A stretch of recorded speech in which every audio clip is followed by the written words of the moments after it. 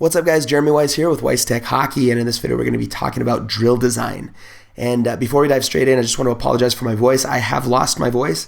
I am working on getting it back, but it's been a slow process. So the show goes on. We still got to do these, do these videos and bring out more hockey content. But I do apologize for it. So hopefully it comes back sooner than later. But we're making it work the best we can here. So drill design. Drill design is a very important thing as a coach. And the reason why I want to talk about this today is because I got an email that was a little bit thought-provoking. And it was from a father who is just starting coaching. And he said something to the effect of, I've had an extensive playing career, played up until, some levels of pro and minor pro. But now that I'm coaching my own kids, I'm having a hard time. I have a lot of drills, but they're all advanced level drills. I'm having a hard time scaling them down to the skill needs and the space constraints of the practice setting that we're working in. So skill needs because it's younger players, more beginner levels, but space constraints because they're on smaller space practices, half ice, station base, things like that. So this is actually something that I've had a lot of experience with over the past few years by nature of my own settings that I found myself in. And I actually talked a little bit about this in my soundbite this week, but I was talking about how, even if you achieve a certain level of excellency in coaching, the circumstances are often changing around you. And so, you might have a very good command of the X's and O's, or you might, be very well versed in understanding, skill development or, strategies or whatever else. But if your circumstance changes, you have to be able to adapt. And that's what comes in very important as a coach. And so this is, in my current situation, I've been doing this for the last, in one capacity or another for the last about 7 years or so, where we're taking things and figuring out how to still be effective in smaller and smaller spaces. I started off, I'm very comfortable on full ice, and I have lots of drills on the full ice and, advanced drills, beginner drills, everything full ice. But then as changes and things came around in USA Hockey, I found myself working in a half ice setting. And then this past season, I've been working in actually sharing the ice with 3 teams. So it's a quarter ice session. So a quarter ice, we have 2 stations of quarter ice and then 1 station of half ice. So it has been interesting for me, as these kids get older and we're shrinking the size of the ice and increasing the size of the rosters, I've had to figure out ways of being effective in smaller spaces and scaling drills, not only the size of the drill, but the capacity of the drill or the skill level of the drill to the capacity of the players. So let's go ahead and start. I want to show you kind of the thought processes that I go through. And you know what? If you have anything to add to this, feel free. Do it in the comment section if you're watching this on YouTube, or if you're on the blog, feel free. Leave your comments and your feedback on how you do it, because I think it's fantastic, especially with the internet capacity and everything these days. It's fantastic to learn from each other. So let me show you one of my very favorite drills. I've got 2 different drill diagrammers going here, just because I've had some stuff going on Drill Draw for years and years and years. More recently, I've been using Coach Them, which is also phenomenal. So I've got a lot of stuff in both places now. So let me show you over here in Drill Draw. This is the 3-zone timing drill. Love this drill. This is one of my all-time favorite drills. It's fun to do. When it's running right, it incorporates a lot of different stuff. You've got shooting, you've got timing, you've got passing. You can make it more advanced actually and add extra players. You can convert it into an odd man rush situation. There's a lot of stuff you can do with it. But this is the fundamental, the basics of how it goes. So it starts with a player here with pucks. This is like a passer just to start the drill. And player 1 loops down in. We've got these receiving zones mapped out here. Okay, so player 1 loops in, receives a pass from that passer, takes a couple steps with it, and then player 2 has timed it out. So as player 1 is ready to make that pass, player 2 is now busting across through his or her receiving zone to receive that stretch pass. And then they drive in, depending on how you do it. Usually I like to say player 1 shoots, player 2 follows up, and I like to have player 2 actually, I should say player 2 is the one receiving the puck and driving it for the shot. And then the player who was player 1 who swung low follows up the shot and then makes the pass coming out the other direction, right? So as this first pass is being made, player 1 and player 2 from the opposite line have left. and they're timing it out, watching and waiting. As soon as one of those two players is there, ready to make the pass, then they cut hard, pick it up in what we've got marked as the red receiving zone here, and then take a couple steps with it, and then player 2 has busted across the far blue line for that stretch pass.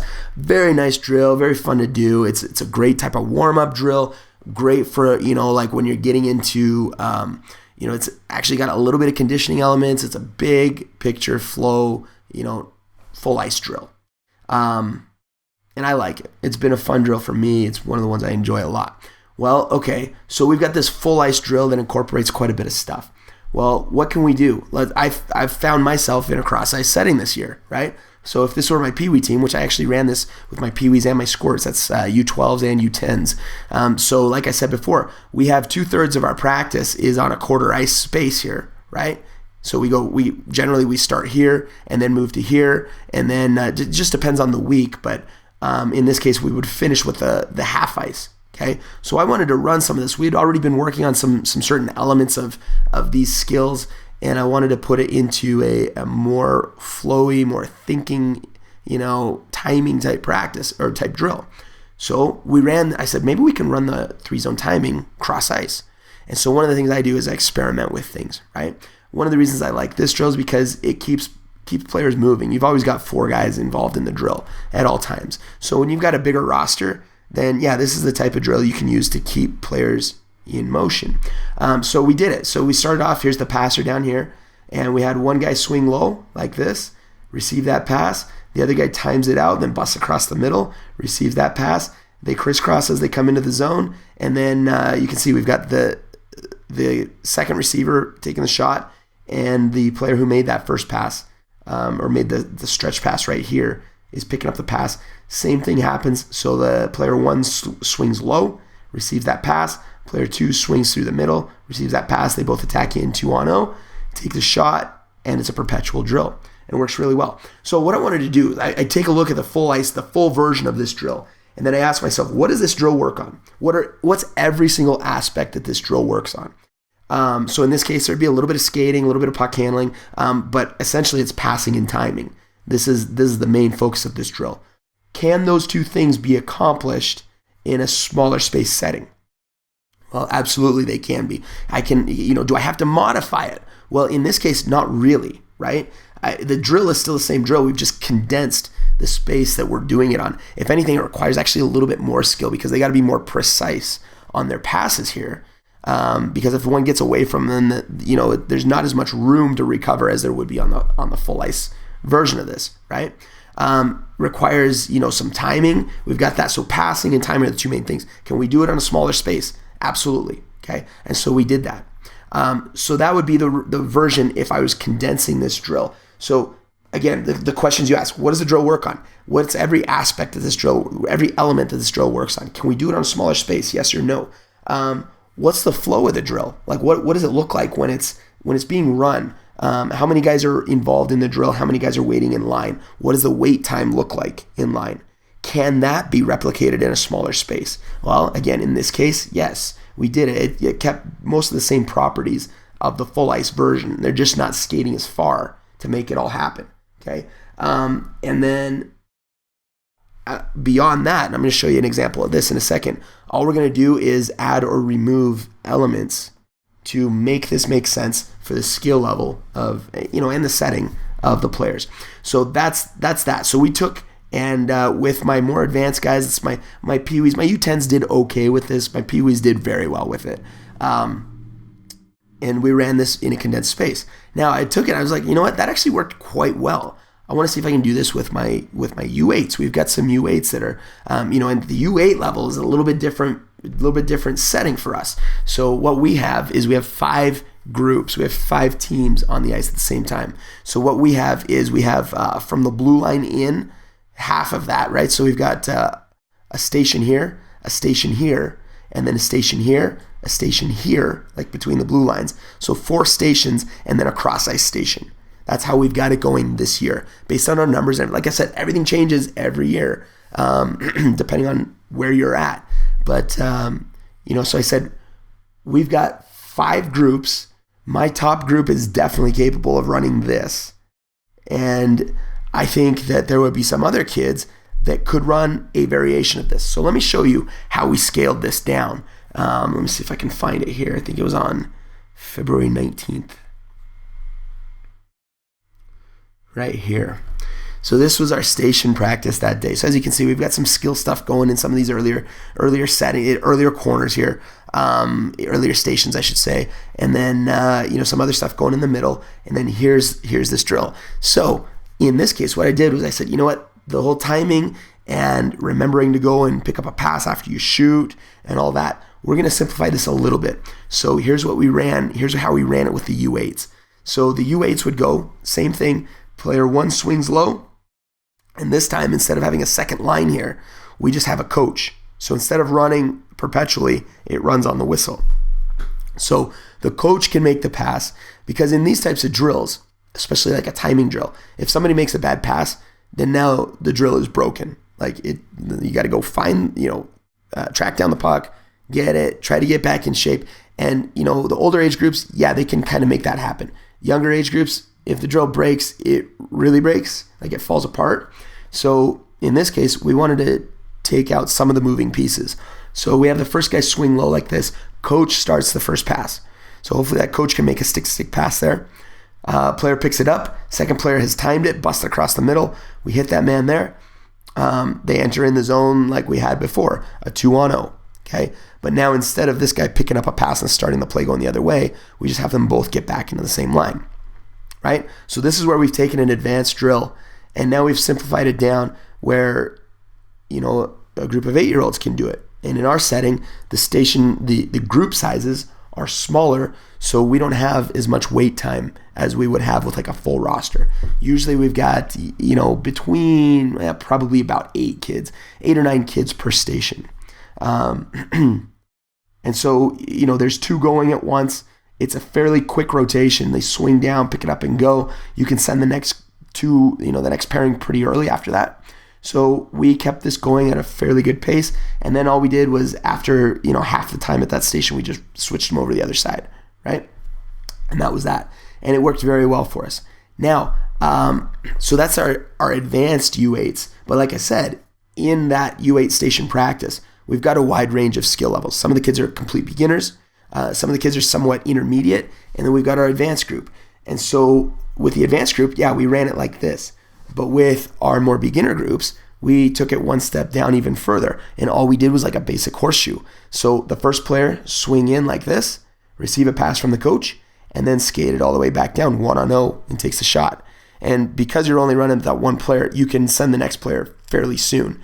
So as soon as that first player gets probably about the bottom of that loop, then send the next player. And so you can just have continuously just boom, boom, boom. And then again, switch them sides so they're receiving on their forehand and backhand. And then, and that's it. So that's where we've taken a drill, a fairly advanced type drill, passing and timing with some flow, full ice setting. We scaled it down to a cross ice setting. We scaled it down even further to a younger but advanced level. And then we scaled it down even further to a younger and beginner level. The same properties of the drill still apply. We're still working on that looping, that the giving and receiving passes. There is still a little bit of timing involved there. The flow and the properties of the drill still stay the same. And the wait time in line is about the same because of the fact that when we scale it to that younger age group, we also scaled, we have smaller roster sizes at those younger age groups as well. Smaller group sizes, I should say. So that's one example, a pretty clear example of how we've done this. I'm going to show you another drill here. Okay, here we are. So this is our circle passing drill, and I actually posted about this a couple weeks ago, but I love this drill, and we used to do this all the time. On a full ice setting, we would have a group of 6 players on each circle, however many that is. Usually that ends up being 3 circles, and then you're working on like some goalie stuff, warm-up stuff at the beginning, down at the far end. And so that's how we would have done this in the full ice setting. Now, let me show you the circle passing. I'll do it quickly because I did have a post on this, but basically we start here with a puck. You pass, you skip a man and hit the next player. So skip a man, pass here. And then, I'm going to highlight the proper line there. And then follow your pass, right? So you pass, follow your pass. The player who receives it skips a man, so that's skipping this player, and then hits this guy, follows the pass, skip a man, follow the pass, skip a man, follow the pass, and it ends up being perpetual. And you can do this in a touch pass. Like I started with a cushion and sweep, fundamental passing, but then we open it up to the touch pass. And when you're doing the touch passes, these guys, like as the puck is on its way, this guy has already taken a step towards the middle, and it's a quick redirect. And so really the touches all end up happening on like kind of around this green area here. So because every player is taking a step towards that middle as they receive the puck and redirect it. And so it's touch, touch, touch, touch, touch, touch, touch, touch, all the way around. Guys crisscrossing through the middle, following each other's passes. Very nice high tempo drill. And what you're doing is when you're going counterclockwise, as we have in this diagram, you're receiving it from your left, passing it to your right. And then afterwards you switch and you go clockwise, right? And in that case, you're receiving from your right and passing to your left. So we look at that and I say, okay, I like this drill. We need to work on our touch passes. What are the elements that this drill works on? Well, you can work on various passing types. In particular, touch passes for me. That's when I really like to use this drill for touch passes. This drill incorporates giving and receiving passes both directions, right? So from my left to my right, and then from my right to my left as you go in different directions around the circle. This drill also incorporates the idea of make a pass and follow your pass, right? And so can we take this drill and then modify it to a smaller space? For example, like I mentioned before, we're doing a lot of stuff on a quarter ice now. So quarter ice, if we go and check out a quarter ice, you've only got one circle. Now you may be able to paint another circle, which I've actually done for other drills, but that's still only two circles. And if I've got a roster, like they made us take a pretty sizable roster this year. So I've got a 15-man roster, including our plus one goalie. So I've got a 16-man roster. So 15 skaters, that's still not going to work, right? So I had to figure out a modification. So let me jump over, see if I can find this modification real quick. Here it is. This is the zigzag touch pass. So in the zigzag touch pass, you can see we've done some cool stuff here. So we've got 8 guys involved in the drill. Okay, so we've actually done it a little bit even one better than the 6 guys that were involved in the circle passing. Okay, so we've got the guy who's going to be starting here, and then we've got 4 guys on this side, and so including this guy, we've got 4 guys on this side, and then we did a little bit of a creative tweak here. We threw a net here with a goalie, and then a net down here with a goalie, and then a coach here with some pucks. And so what we do here is this coach starts it, makes a pass. So as you can see, in this case, this player is receiving it from the left, redirecting it to the right, okay? And then following the pass. So we've got that same concept. Receive it from the left, pass to the right, and following your pass. Now, here's what's cool. Because we do it, this is a zigzag. You follow your pass and you take the spot of the player who just received it, okay? What's this player? This player is facing this player. So he or she is receiving from the right and passing towards the left, and then following the pass. Then this player is receiving from the left, passing to the right. Okay, so we're still achieving that every other rotation as these players fill each other's spots. Then we're alternating, receiving from the right, passing to the left, receiving from the left, passing to the right, and following your pass. And if we do this, where we get advanced and we take a step towards the receiver as the puck is coming in, then remember the green circle on the previous version? Well, we've got these 2 green lines. And if you're doing it right, all these touch passes should happen in and around that green line. So it's touch, touch, touch, touch, touch, touch. Okay, and then we've added a couple shots at the end. So at the very last one, you touch out to this player, and there's a one-timer there. So that's a new element. That's actually an addition that we weren't covering with the quarter or with the circle passing. And then you peel out like an escape move, receive a final pass, and explode down for a breakaway shot. So we've actually incorporated 2 shots, a one-timer and a breakaway in this drill. By doing it this way, we've got 8 players involved. So at any given point in time, that's half my roster. I've got half my roster waiting for their next turn and half my roster involved in the play. This coach controls how fast the next sequence comes, and we want to keep this peppering pretty quick. So there's a lot of action, a lot of, not a lot of wait time in line, a lot of players involved at once, and quite a bit of shooting for a drill like this. And so we've taken and we've said, okay, what are the key properties of this drill? What's it working on? What are the elements that we want to make sure we keep having in this drill? Okay, and then we just go ahead. Can I make this work in a quarter ice setting? Well, yes, but I'm going to have to restructure where everything fits here. But yes, we can accomplish those same tasks in a quarter ice setting, and we've done it, and we did it beautifully. It worked really well. So that's that. So works nicely doing it this way.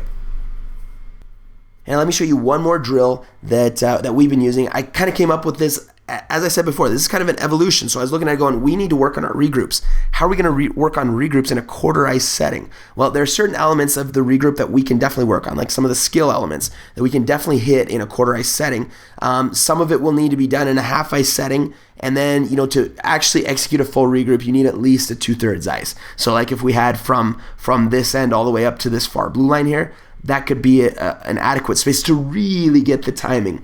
So what I've done is in some of my other practices, we've started with some of these elements, and I'll show you how this drill works here in a second. Get the players functional on the skills and, kind of the patterns, the giving and receiving passes patterns that they would see in a real regroup setting. And then one of the things I'm a big proponent of is being in good communication with the other coaches on the other teams that you're coordinating with. So I actually reached out at the U12s at Pee Wee level to the other two teams that we work at the same time with, and I said, hey, would you guys be open to, just for 2 practices, opening it up so that whoever's usually on that half ice setting gets up to the far blue line for that day. So we would have, a station here inside the blue line, a station here inside the blue line, and then when it's your team's turn to be what would normally be the half ice station, you get all the way to the far blue line.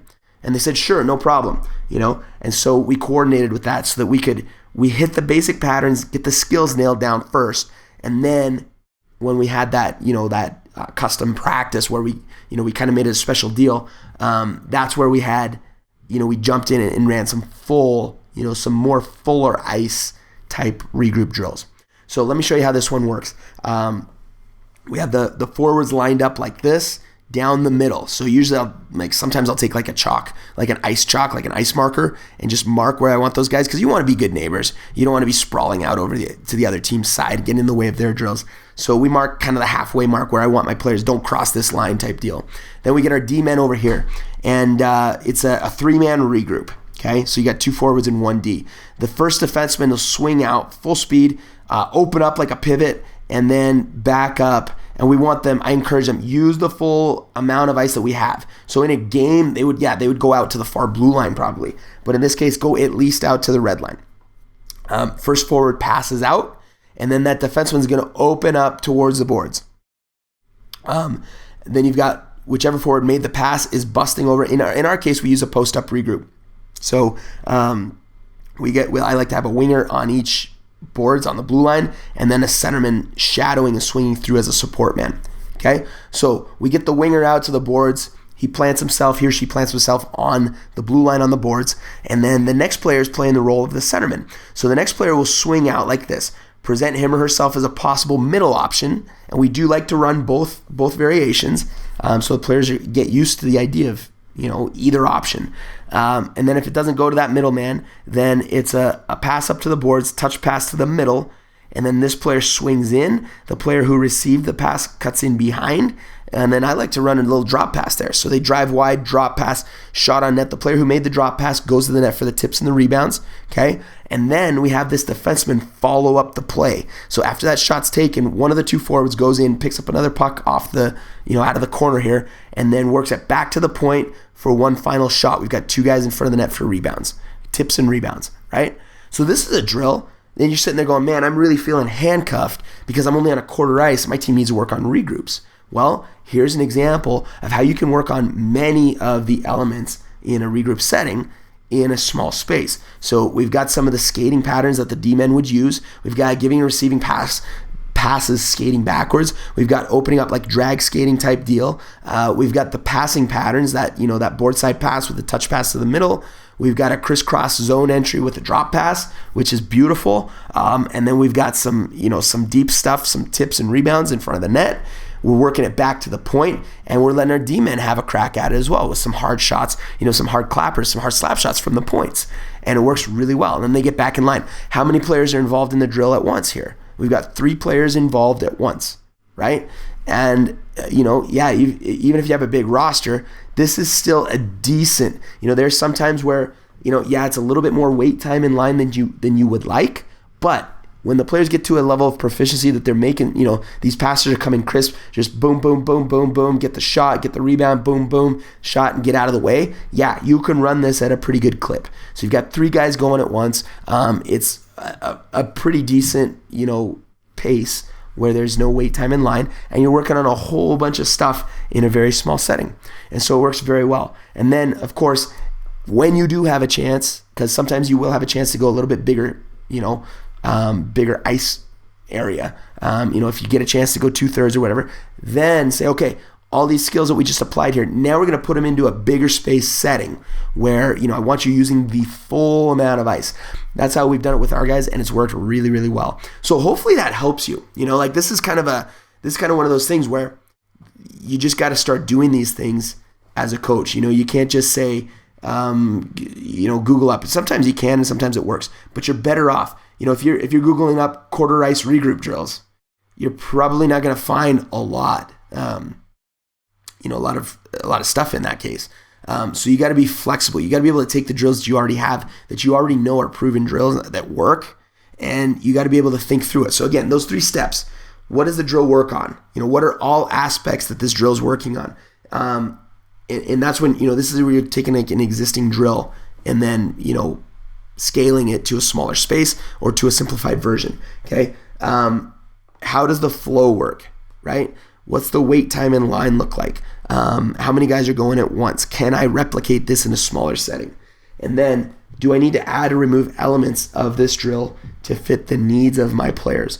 That might be, to fit the space constraints or to fit the skill level of the players that I'm working with. So hopefully those examples help out. And hopefully, thinking through your processes like that will help you kind of guide yourself through and make for effective practices. And then one of the things I always love to do, I'm just going to finish on this, is I like to give myself feedback on how things went. And I also like to get feedback from the players. So take an honest inventory. If a drill, sometimes there's a drill and I think it's going to work and it ends up being a train wreck. And it's like, okay, you know what? This one's not working. Let's move on.